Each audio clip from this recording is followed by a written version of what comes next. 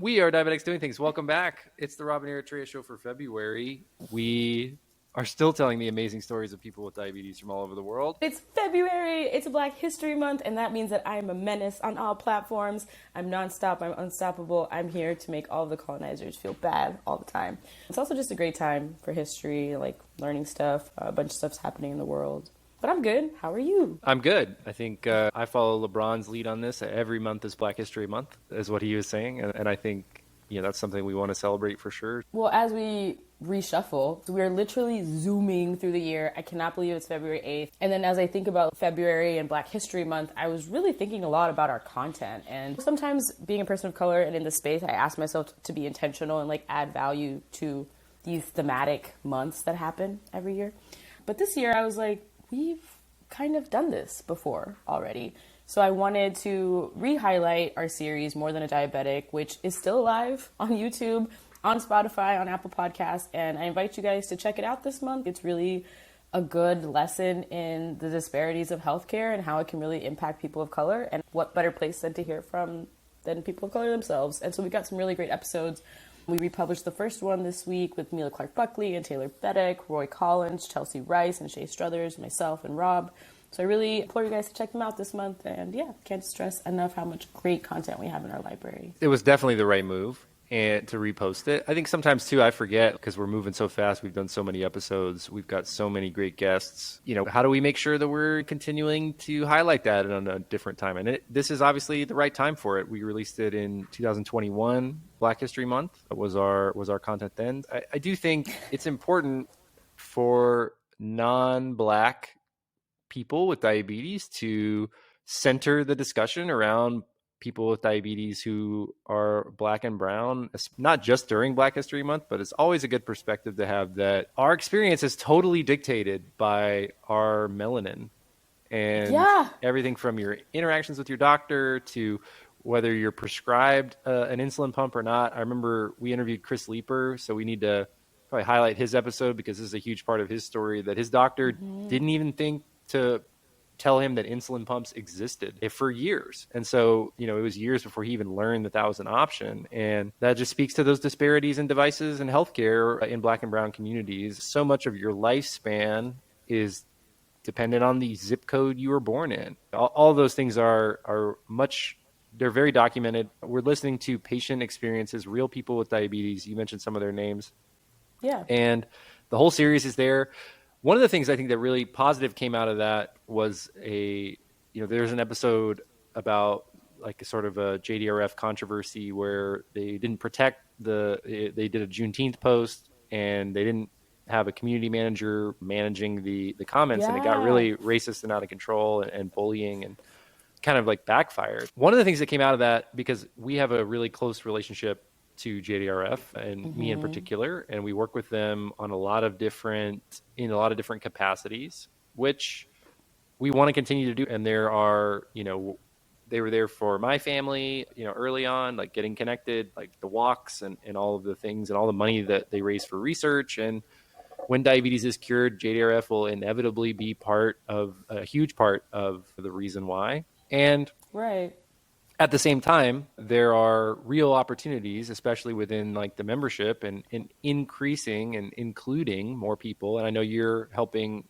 volunteer on a committee here in Dallas with that. All that to say, there was a chapter that reached out directly and said, hey, Rob, we've been watching these videos. And this was just last year. We've been watching this video again and really challenging ourselves to make sure that we're getting outside of our normal routines and our normal venues and our normal speakers. And I went to that and I spoke at the Type 1 Nation Summit, and it was the most diverse Type 1 Nation Summit I have ever been to. And so, these things are uncomfortable and I think that sometimes is the initial response from white people who feel like they're doing good, is this is uncomfortable because it shines a light on something that they really don't see or they really don't have top of mind all the time.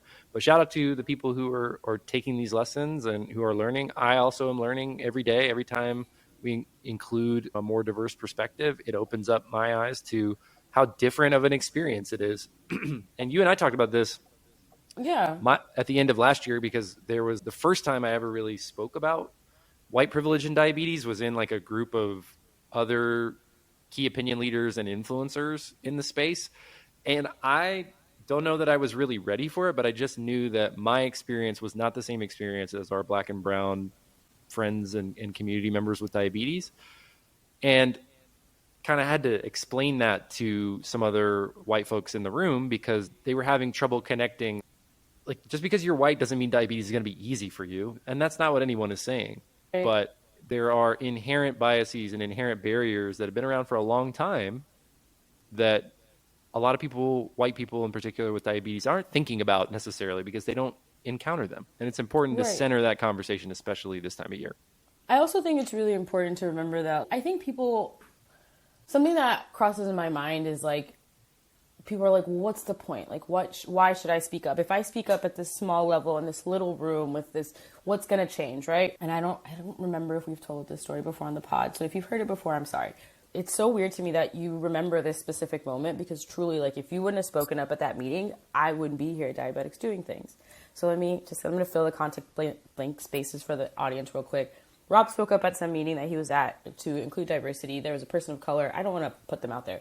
There was a person of color at that meeting who noticed. And then later on, I met Rob. And I was like, who is this? Who is this white man? Was my question.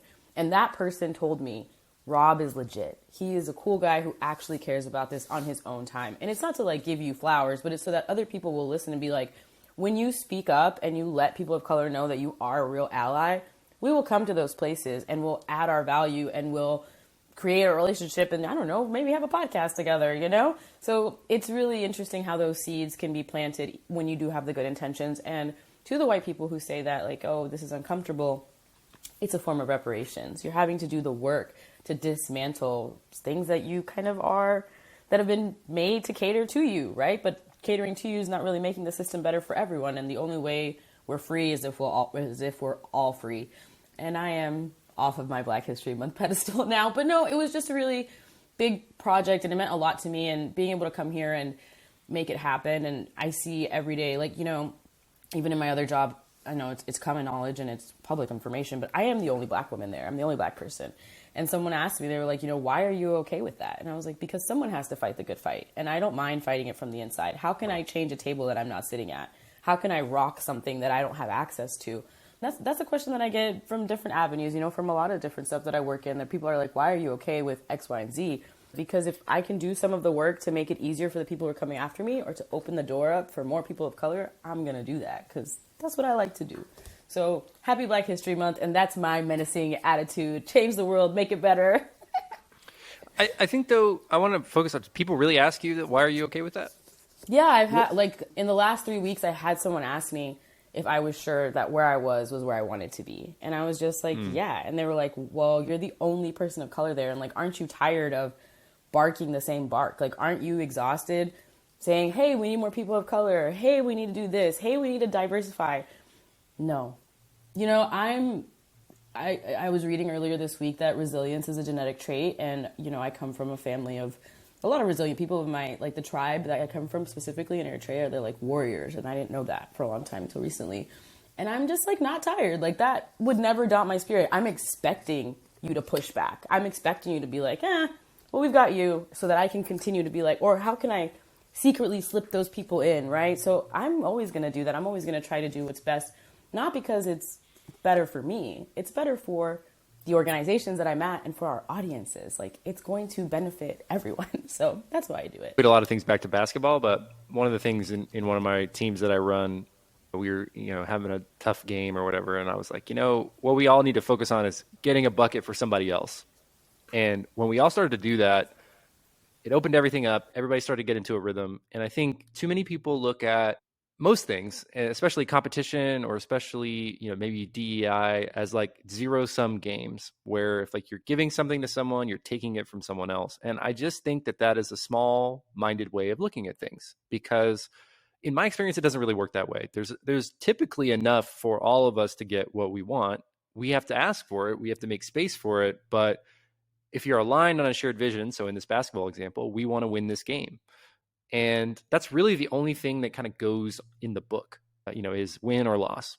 So how we do that doesn't really matter. So if it's hey, the best way for us to win is for each one of us to be focused on making life easier for someone else. or, making somebody else look good. And if you have that MO of support first, it's amazing how far you can go quickly too. So I think that's kind of the mentality that I have on that. It's the mentality I have about competition.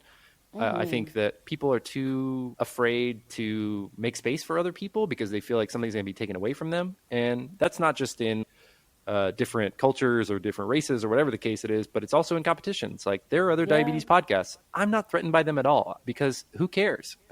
I think that's good that there's Yeah. more people that want to tell stories. I can't do them all. We talk about this all the time internally. It's like there's so many people that want to come share their story with us on the podcast. I would love to do it every day. We're not in a position to do that right now. So, the fact that there's podcasts starting up and there's long-term podcasts and all those things, like I operate from a growth mindset with that. That's excellent. That's an excellent opportunity for people to tell their stories. It's going to reach someone somewhere. It's going to help make their life easier with diabetes. And Also, am I weird? Like, I love like filling up people's buckets. Like, if I feel like if you know me and I hear about a job or something, I speak your name in rooms you'd have no idea, because that's just who I am. It's fun. Like, it's fun to see other creators do great things. And while we're on the topic of fun, tell me what is happening in 2024 with Diabetics Doing Things. I know we're doing a bunch of fun stuff. We already had like a little event this year that's kind of secret, not so secret, but we've had a bunch of other stuff going on, and I wanted to ask you, the host with the most, tell us what's happening in 2024 with our events. yeah, I think the best way to do that is to go back to last week's episode, where I did the solo episode and kind of talked about what's coming and the different events. Diabetes Legends is coming back. We're going to do another pickleball event in December. We did our first virtual event with North Texas Food Bank under our Getting Started with Diabetes series. So we're doing a lot. Doing all the things is our way. And that's just, I think, again, as we're going to talk a little bit about the beginning of my year and how, even busy for me things have been. Yeah. And in demand my time is, and like challenges that we're all kind of adjusting to from that. But we'll get to that later. But I think the thing is, like, we've at least figured out a little bit of what our station is, and ways that we can make our year more predictable, ways that we can make our impact more measurable, and continue to do the things that we love to do, like the podcast, tell the stories, go to the events, meet people in person, Include people from different places. That's why some of our events this year are like going to be strategically located, because we noticed that like certain shades go to certain areas, and we want to include everyone. Yeah, we exactly. about stuff like that too. So diversifying our events and the people who are there, because that's important to us. Yeah, and also just creating more opportunities for people to connect. I saw today there was like a South Florida meetup, and there were like 15 people with diabetes there, all showing their devices and like having a good time. Friends of the pod, new friends, old friends there. And I was like, you know what? Like there really is just power to go meeting up with people with diabetes, and that's something that didn't exist for me, a few years ago, and now my life is better because of it. So don't take it for granted. Like 2020 was not that long ago. I think about that all the time, because like we really were so tired of working. We just wanted to stay home. We thought it'd be a few weeks, and then they shut the world down for like 2 years. So I am grateful for the events that are happening in person, and I will continue to be grateful. What we're talking about 2024, all the things that we were working on, some of the stuff we touched on in our last episode together, but I wanted an update for the book you were writing, because you were very mysterious and like secretive, and I was just like, I wonder if you can leak us a little bit of yeah, it is mysterious. It's a book. So there's a lot of diabetes books, and I think my main filter is like, I don't want to just have another diabetes book or this be like Rob's story and animated, and not no disrespect to any authors. Like if you're an author and you get Kobe. a book out in public, but Kobe's he won an Oscar. I'm not gonna say anything wrong about Kobe on 2/8/24. Okay, so I will say that I've struggled for a long time wondering like what my perspective is and like what my place is in that book. We had a reel go live today talking about how our perspective has shifted about, while yes, it's true you can do anything with diabetes, that like for some people that's not exactly true, and we don't want to alienate them, and I want to make sure to leave space for that. So the book that I'm writing is a daily, I would say, like devotional would be like the way to describe it. So it'll have a quote from someone, whether it came from the podcast or it came from some of my readings, and it'll have some space to talk about how I relate to that with diabetes. It'll be a little bit of diabetes and a little bit of life, which is, if you're close to me, you know that I love quotes, and I have a ton of them that I operate from on a regular basis. And I also didn't want it to be another journal. There are a lot of journals out there, and Neil Greathouse actually just published one that's really good. So I wanted it to be unique and I wanted it to be me. So it's a daily devotional. I have a name for it. I'm not going to release it yet, but I'm cranking away on that. So hopefully by the end of the year, I'll have a manuscript that I can take to the next phase. So that's the update on the book. No, first of all, I love that. I like that a devotional is so, I feel like if you're close to you, that's so on brand for you. Like, it's not just the quotes, but it's also just like the whole thoughtfulness about your life. Because I think people forget how hard it is to be mindful about your life. Like, you have to intentionally do it. It's not just, it doesn't just happen, Well, and I think too, like I benefited really started last year, or I guess it was right at the end of 2022, writing in the journal. I did that. I'm still doing that.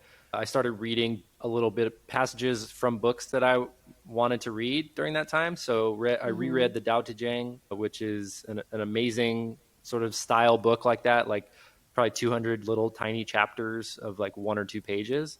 And I really benefited from that. And then Rick Rubin released a similar book last year. I haven't read that, but it's about creativity.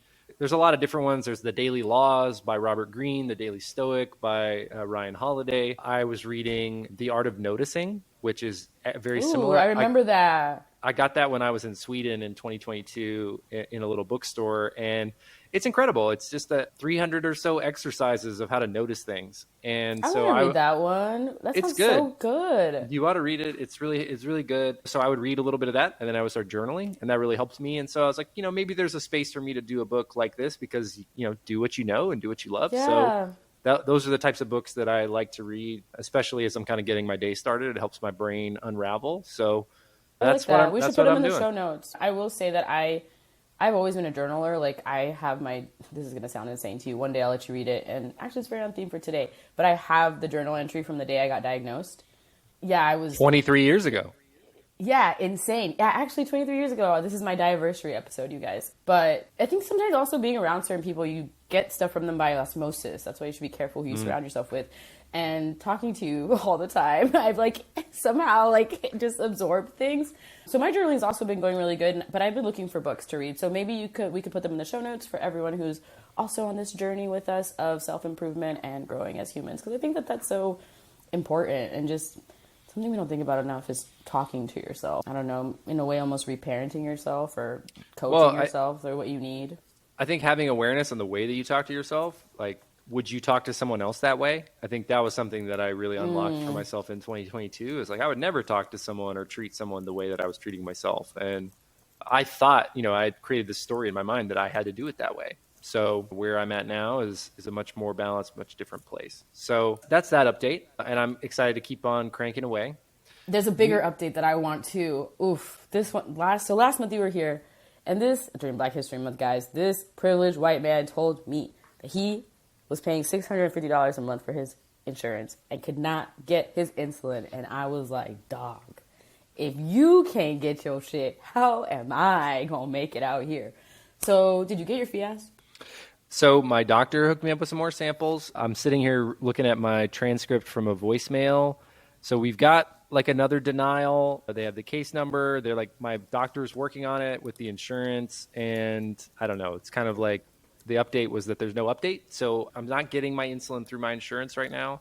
It is Fias, but my doctor's giving me samples. So I have a great doctor. He's helping me out, but I'm encountering a lot of barriers. Like I said in that story, so it's weird too. That was my most popular Instagram story I shared in years. So that's something I often struggle with, is that the most popular diabetes content is always negative. It's oh, I had this terrible high blood sugar. Oh, I had this terrible low blood sugar. Oh, I had this scary moment. Oh, I had this inconvenient moment with my insurance.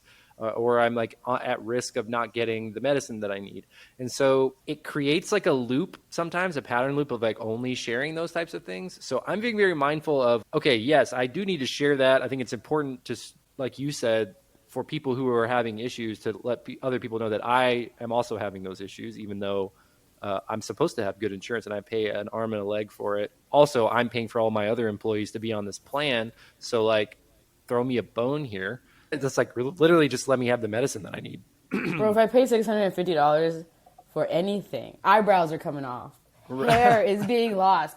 I am tying you to a chair and plucking your eyelashes off your head. What is happening? Why do we have to go through all these hurdles to get what we need? But On the topic of people only relating to bad stuff, so it's so layered here because having diabetes is a bad thing.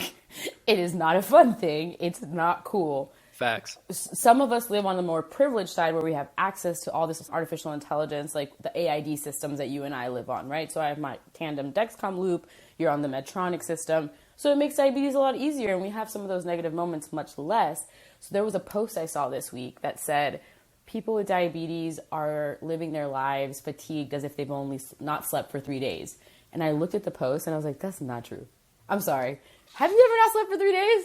With that, as for the diabetes, it's not the same.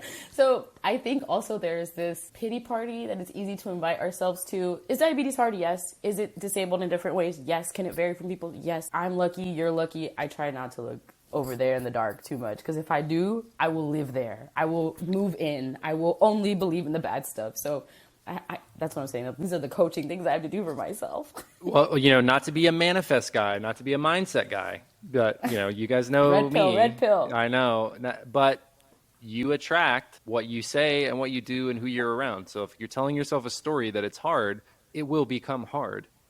Now, it's not to say that it's not real. It is real. It sucks. I do not want it.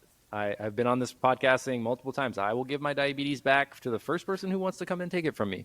I do not want immunosuppressants though. So that is my caveat for that right now. But yeah, I am willing to give it back. It is not worth it to me. There was a time where there were people who thought I was faking my diabetes for this, to get in position. God. Yeah. And other people as well, because we have, an able-bodied existence. That's them. That's not me. But again, your mindset sets the tone for everything. You are the average of the 5 people you surround yourself with. So if you're surrounding yourself with, this is hard, this is difficult, I can't do this, I'm exhausted, those things will become true just because you're saying them. Now, don't gaslight yourself, actually live in reality, but make sure that you're creating and curating the life that you want. So there's such a fine line there of not gaslighting yourself. Maybe I'm just in a therapy mindset today, but when I was a kid, my mom used to always tell me, if I'd be like, I can't do it, my mom would be like, you have to be able to do it. And so, as an adult, I struggle with, giving up on tasks that I'm not good at. But now she'll be like, I should have never said that to you. There are absolutely things you cannot do. You cannot fly. You cannot, Sure. So there are things although I think you have to kind of dream audaciously, too. Henry Ford, who I'm sure is problematic and been canceled or whatever the case, the famous quote from him is, whether you think you can or you can't, you're right.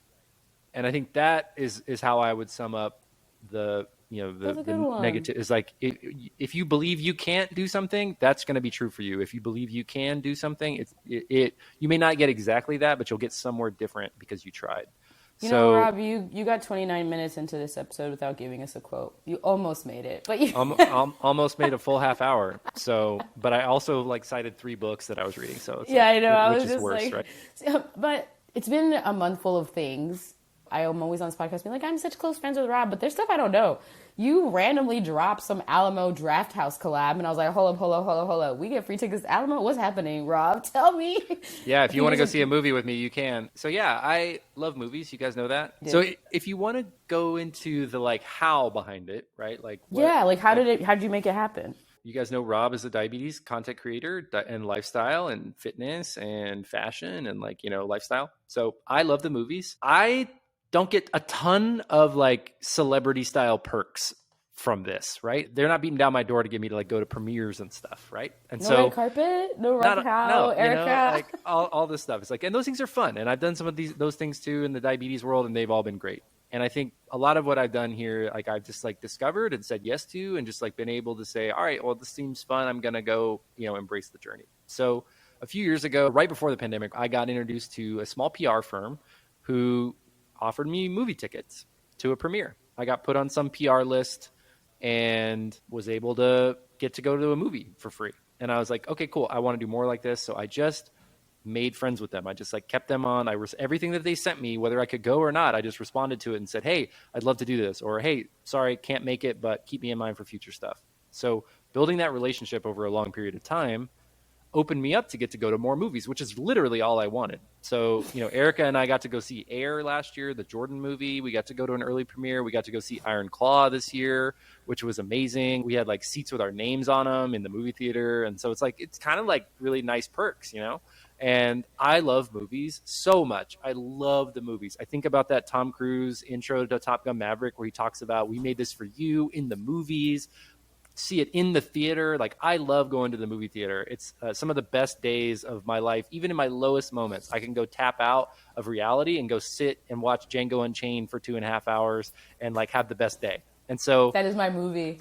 I love the movies. I want to do that. So when Alamo via the PR agency reached out and they said, hey, we're looking for people to talk about Movie Pass to highlight the Oscar movies that are coming back in theaters. I was like, yes, tap me in. Let's go. So yeah, I get to go see some movies for free. And a couple of people messaged me and they're like, hey, congrats on that Alamo bag, Rob. Like, congrats. I was like, more like bag of popcorn. Like, they are not paying me. Like, they are giving me they gave me a gift card for some free food basically. And they gave me, some free movie tickets, which I will say it was completely worth it. And I love that. But, some of these things, it's like bigger brands and like cool stuff. It's like, it's cool for me. I'm happy to share, and I think it's a great value, like $20 a month to go see unlimited movies. It's unbelievable. So if you love movies, check out Alamo Drafthouse and comment on them and tell them that I sent you, because that helps me. So I would say, like, if you get the chance, even if they're not paying, even if the deal is not super equitable, you and I talk about this all the time, and we can kind of transition this to some changes from you as well. If it's something that you want, build that relationship. Be a person who's responsive and reliable. All that person on the other end wants to do is to do their job and find people that can deliver what they're looking for. So be that change. And with that, you changed your Instagram handle, because I saw somebody tag us today. You're now no longer Eritrea, the psycho spelling with like 4 letters. You're Eritrea Musa, which I think makes you like much easier to find, because I can just tell people, hey, yeah, she's Eritrea Musa on Instagram, and they'll find you, versus Eritrea. I don't know if it's 2 A's or 4 A's, like whatever it is. So I think it's good, but what drove that change? Well, we used to be 4 A's. I also think speaking of manifesting, for answer your question, my whole life, anytime, I'm so on my parents today, anytime anything happens, my dad is always like, you're Eritrea Musa. My dad's always said to me my entire life. So it's just creepy that it's like full circle today. But anyways, I want to be more accessible to brands. That's just the truth of the matter. I'm trying to secure my bag. I would not be your little protege project if I wasn't. And something that you were talking about when you were saying the Alamo thing, it's like not all, in my head, my anecdotes are all Rob Howe-isms. So it's like not all compensation is financial. I think you said that to me like a year ago or something like that. And I think about that all the time. And I've said it to people. I'm like, oh yeah, well, there's these other perks that you could be getting that are later on, you can build that relationship. And it's, I think it's a long time coming, to change my name so that I'm more findable, but also I'm just like really leaning into my creator life. Something that I've realized about myself, maybe recently, maybe not, is that I was really still stuck halfway in like tech in my brain, where I'm like, am I really going to do this social media career thing for real? Even though I've been doing it now for 3 years. It's like, am I for real all the way in this? And so I finally made a decision that yes, I'm just going to like full feet, go down the slide, see where it takes me, see what happens. And it made sense to just change my Instagram name, and it was your idea. I'm being honest. I'm never going to take credit for someone else's idea. But I remember when he told me, and I was like, I don't want to. It felt like I was shedding this old, immature, not all the way into her content creation bag version of myself. So it was really weird. It was a really cathartic, but still weird thing to do. Maybe that's like, people are like, this is just your Instagram name, Eritrea, like, shut up. But I did have to make a Finsta after that, because I already made one, but then I like added people, because I was like, no, I can't let go of the bullshit that I like to post. Like, I like to trash post. I like to say ridiculous things on the internet. So I created like a space for that. If you got added, lucky you. If you didn't, anyways. I don't think I got added, so yeah. No, you didn't. No. Yeah. No. I think, you've been talking about what you want, and, I'm offering my opinions, and I like the change that you made. I think it's good. No, I mean, it helps, right? So I'm going to keep like, while we're talking about getting bags, I think that learning from creators is so important. And we were talking earlier about how you and I both have this mindset of like, everybody eats, right? Like, we don't mind sharing our expertise or answering questions, or, even the creator collective, like the heart of that is based on putting people on, dog, which is a very Dallas expression. But recently I was reached out to by a brand to work with them on a project, and the pay that they offered was so low. Like, it was so, like, so not what I wanted, right? But I had kind of already, like, done this before, and I felt like, I don't know, like, become another person, channel my Rob Howe. How do I make these people give me money, right? And I said no for the first time ever to a brand. I was like, hey, this is just not what I'm worth for 2 days of work. This is what I paid another brand, like, it was paid by another brand for this amount. Like, I have the contract. I don't need to show it to you, but if you actually need to see it, like, I have it. And I just don't think it's fair to pay me that much, because then the next person of color or girl who comes up after me, like, how much is she going to make? Less, you know? What do those margins look like? So I pushed back and I was like, listen, I'll work with you guys. I was nice. I was nasty nice. Bless your heart. I was like, I'll work with you guys, talk to your people, let me know what they say, even if they say no, and we'll see what we can do. So I think that, like what you said about like trying to find that relationship where you are very responsive and very nice, like nicely say, no, thank you. Don't be like, this is humiliating, you know? And then they came back and the girl was like, listen, I just really, really want to work with you. And they were able to meet me exactly where I wanted them to. Like, they gave me what I wanted. And that was the first time I've ever done that. And I was really pleasantly surprised. And I'm excited to work with them in March. So yeah, I think that if you are a creator, the takeaway here is that after you do some projects, sometimes you can say no. You can say no, and that's going to make it a better ecosystem for all of us creators, instead of just like taking whatever to do whatever. So yeah, I also think I learned this in college. It's one of my like splashy talking points is I only learned 3 things in college, but one of them was people who negotiate their salary always get paid more.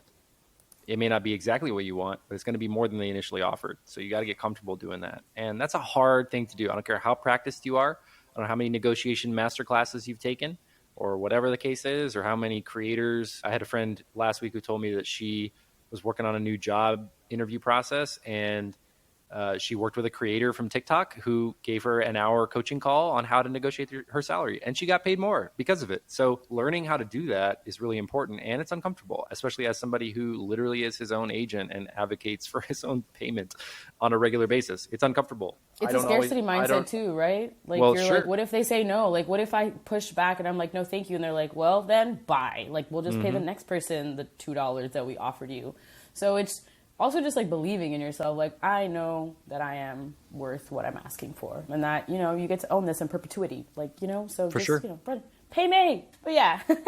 Yeah. So, you know, back to learning, and I think this is something I learned about myself last year going through the DCB Innovation Challenge, is that I need structure to and external accountability to grow. I was a great student. It's documented. Everybody who's ever heard me speak I tell the story about how I was valedictorian and how the only person who cares about that is me and my mom. But I tell people all the time. Does she tell people? Does she tell people still? Hell no, she doesn't. Hell no, she doesn't give a shit.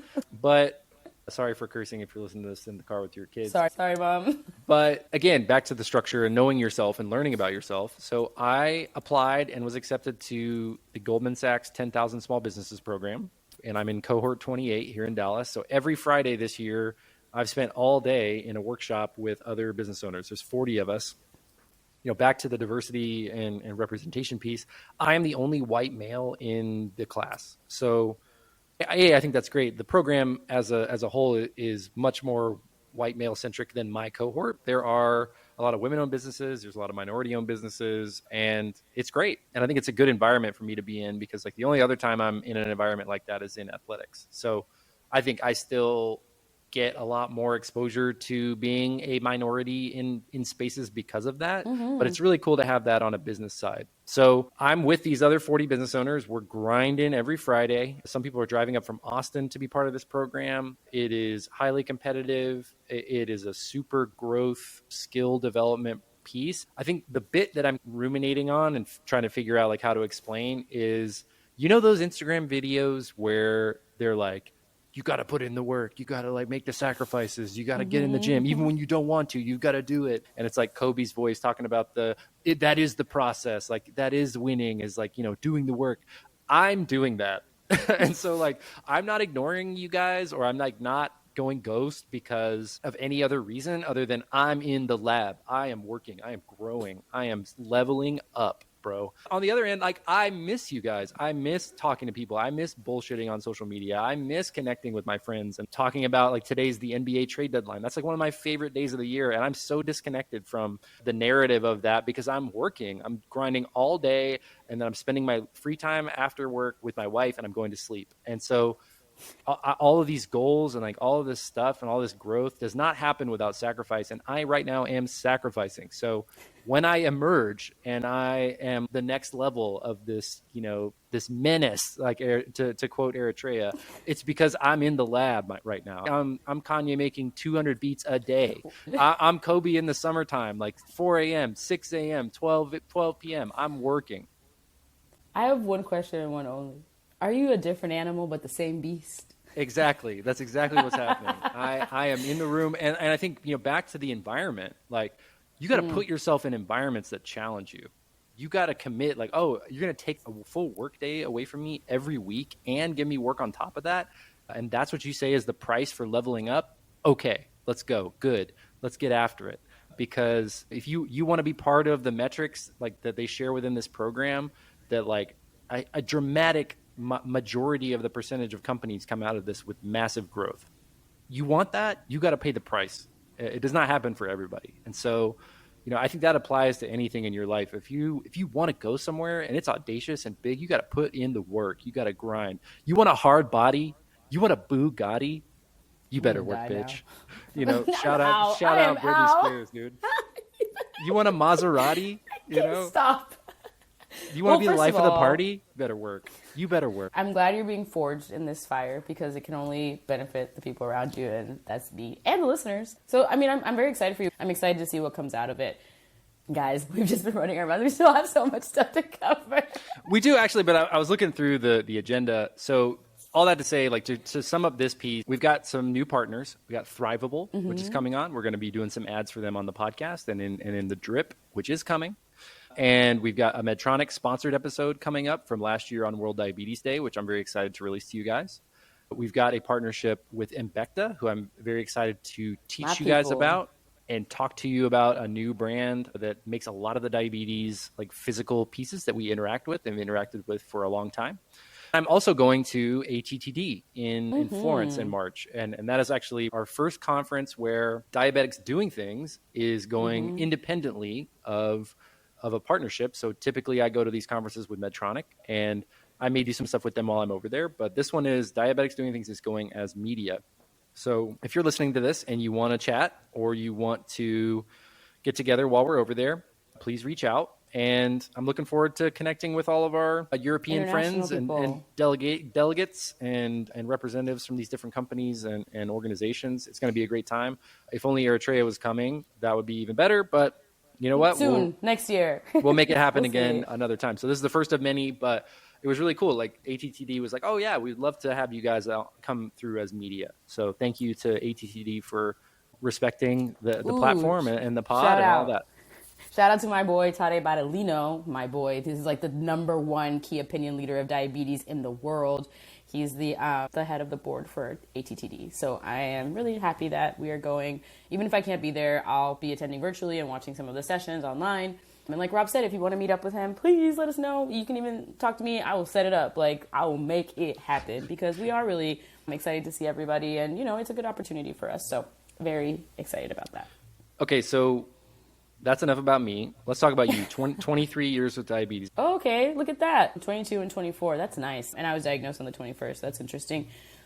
I've learned a lot. Recently, my dad was diagnosed, so I'm kind of reliving it, and my little sister. So my dad was diagnosed with type 2. My little sister was diagnosed with type 1 in the winter. So I'm reliving all that stuff, and it's my anniversary. I think I'm exactly where I'm supposed to be, and what's meant for me won't miss me. Diabetes, you terrible, terrible bitch. You will not push me down. You will not keep me down. I will kick your ass and continue on my way. In decade 2, I'm just over it. I'm very much in my Rob how I don't want to think about this anymore. I don't for the most part. And that sometimes bites me in the ass, and we'll talk about that next. But yeah, for the most part, diabetes doesn't really bother me too much anymore.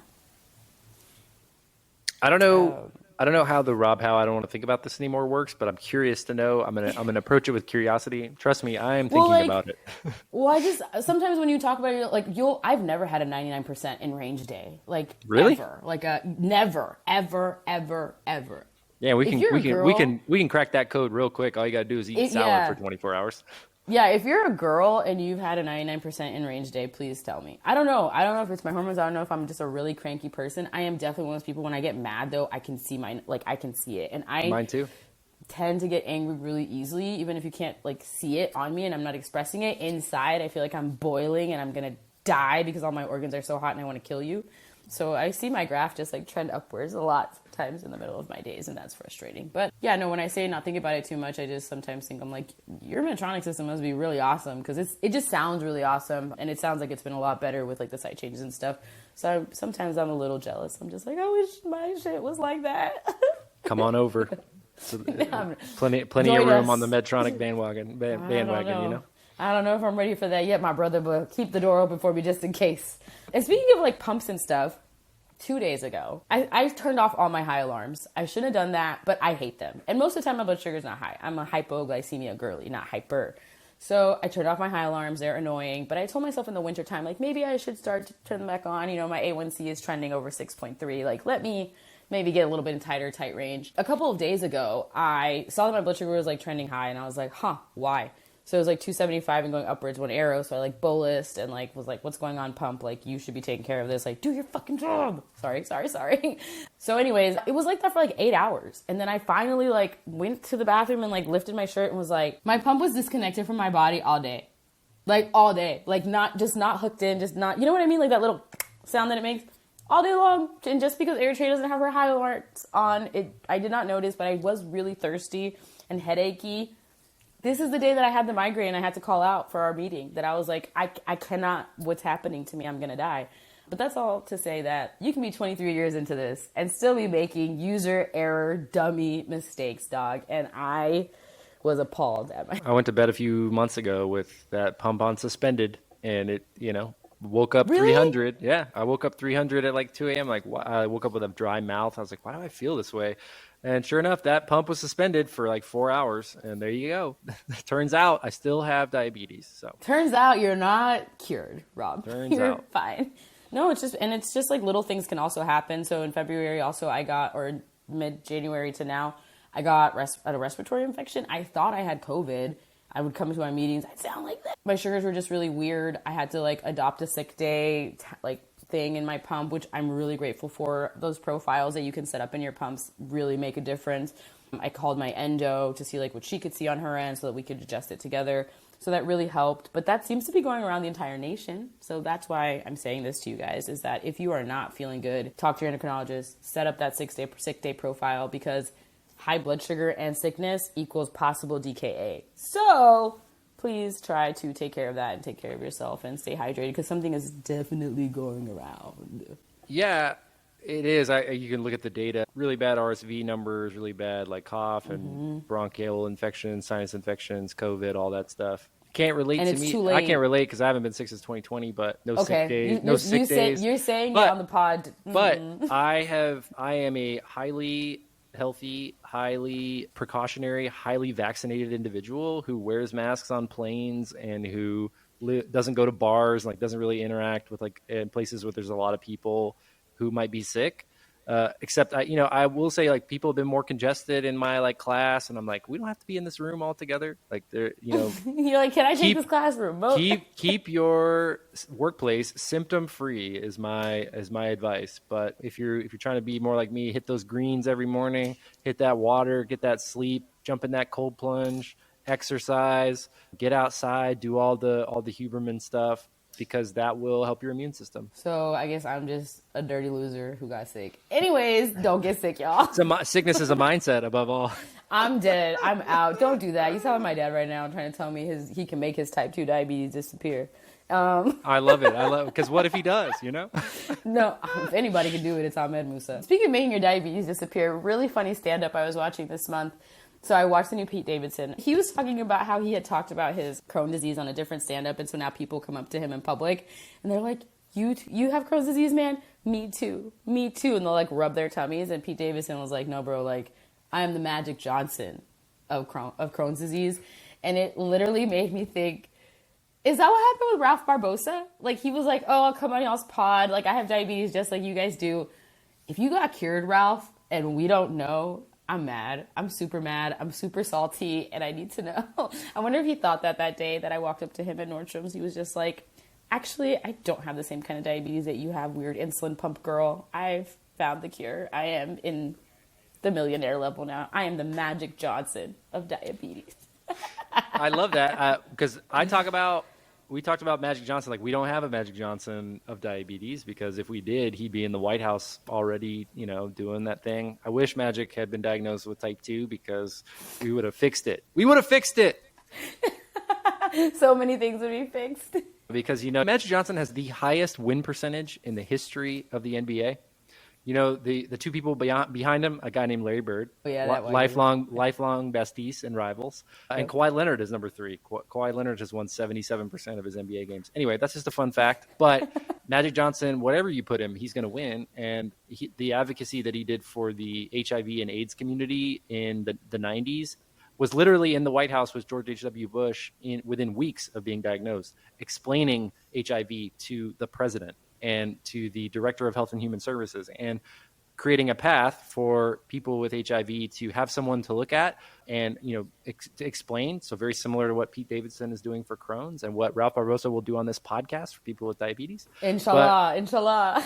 But, I think it really does to me, it puts Magic in, it's disrespectful to compare people to Magic because there's levels of to this shit.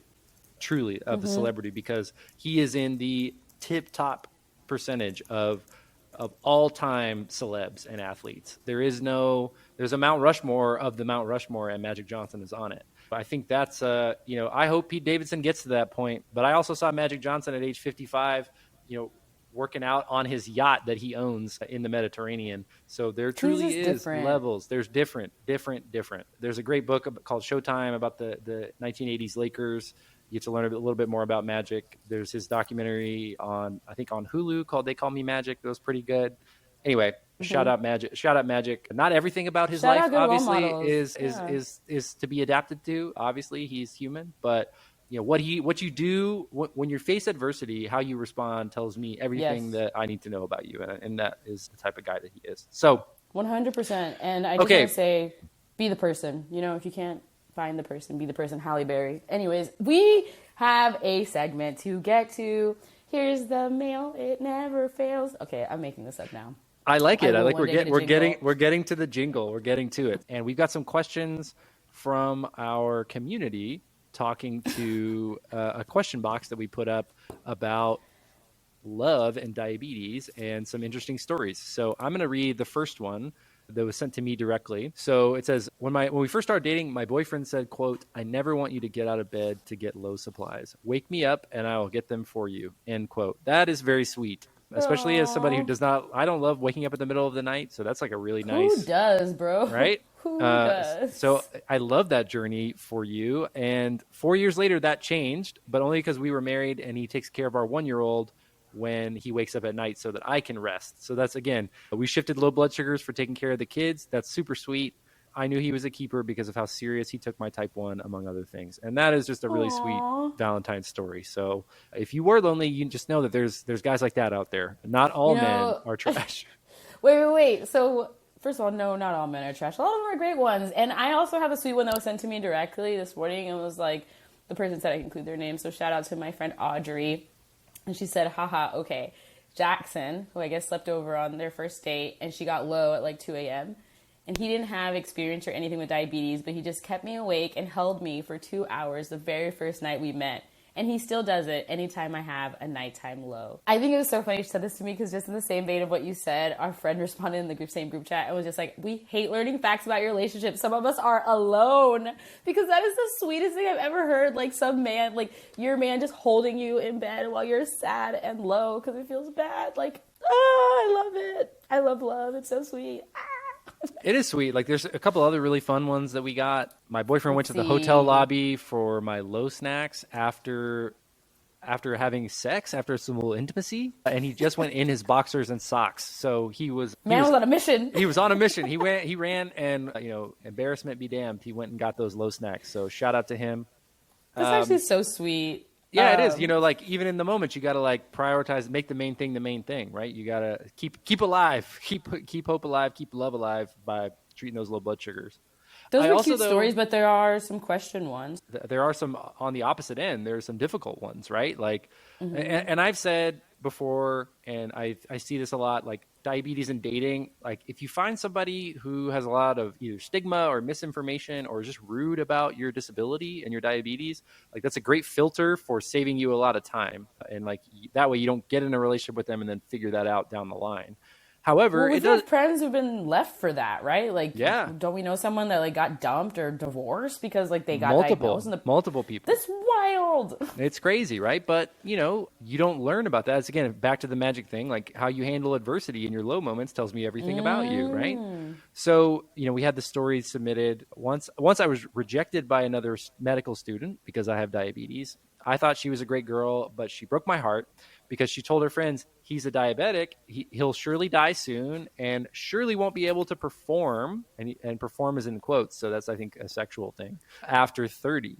And he told us, like, it wasn't even a relationship, but it still really hurt me. And I think that stigma exists out there, and many people are in the background operating with misinformation or passing judgment too quickly about something that they really don't know about. And so it is really hard to advocate for yourself in those situations, because putting yourself out there and dating without any of our adjacent disabilities, chronic illnesses, what have you, is challenging. And it's even worse when somebody uses that as an excuse to not be with you. Dude, imagine weaponizing somebody's diabetes against them. And also to the person who wrote in about the girl who just rejected him basically because he has diabetes. That girl's so dumb because, girl, do you know how many guys out here don't have diabetes and shit don't work? Like, it's just like, this. I was just like he said that, and I was just like, this girl don't know what she's talking about.